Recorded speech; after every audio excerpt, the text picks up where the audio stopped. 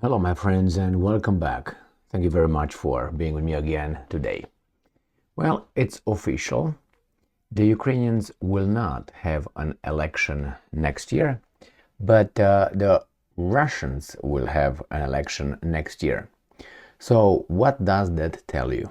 You see, we have to be together here. We are partners now, right? All right.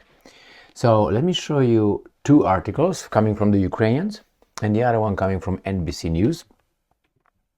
And this will reveal who's a Democrat and who's not a Democrat, and who has Western values and who doesn't have Western values. And then we're going to discuss elections in countries at war. And we're going to use, hey, the United States of America. How about that? All right, here is NBC News, right?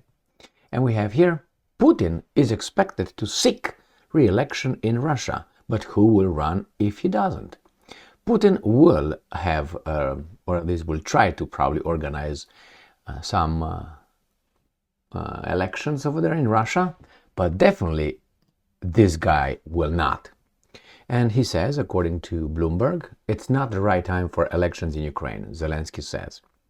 Well, if this would have been, I don't know, announced by Putin, what do you think the media here, the corporate media, would have reported? What do you think would have been their take on this, their spin? Well, exactly the one I'm going to use now. No Democrat. I know it's difficult, don't get me wrong. You are under attack, part of your country, right? The rest function, well, the Russians send some missiles from time to time, but so do these guys send missiles and, how do you call them, drones. On the other hand, the Russians conducted referenda in the occupied territories, let's call them this way, during the war. And the Ukrainians were bombarding Donetsk, Luhansk, and Zaporozhye, and Kherson, and the Crimean Peninsula. So the Russians did it, so can these guys. Now we're going to just avoid saying, they had to do it. They didn't have to do anything. They didn't have to do anything. The Russians could have said, you know what, after we take them militarily, then we're going to decide that these guys we're going to do some formalities, like the guys in Kosovo, which, they just determined in the parliament, independence, let's go. And don't ask the people, But they didn't do that. They did it under the missiles, rockets, and mortars and drones coming from Ukraine. They conduct those referenda. All right, let's move to the next article. Coming from Ukrainska Pravda. Do not spread fake news. This is not a time for elections, Zelensky says. So he said that now is not the time to prepare for elections and that Ukraine should not focus on the fight and should focus on the fight against the Russians. And I'm quoting, we all understand that now is wartime. When there are many challenges, it is irresponsible to spread fake news about elections in society in such a frivolous way. Well, if you think of it, it requires you to go over there and vote and get out. Or if you think that the Russians will destroy your election, whatever, then yeah.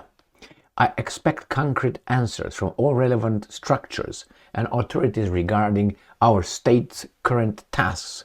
This also applies to civilian authorities and military body. I believe that this is not a time for elections. Well, background, Ukrainian Foreign Minister Dmytro Kuleba said that Volodymyr Zelensky is weighing all the pros and cons of holding presidential elections in the spring 2024. Oh, so thoughtful at the White House. He looks like Fidel Castro with his garbage on. I mean, he looks, but not even close. That guy really fought. This guy was a clown. So, my friends,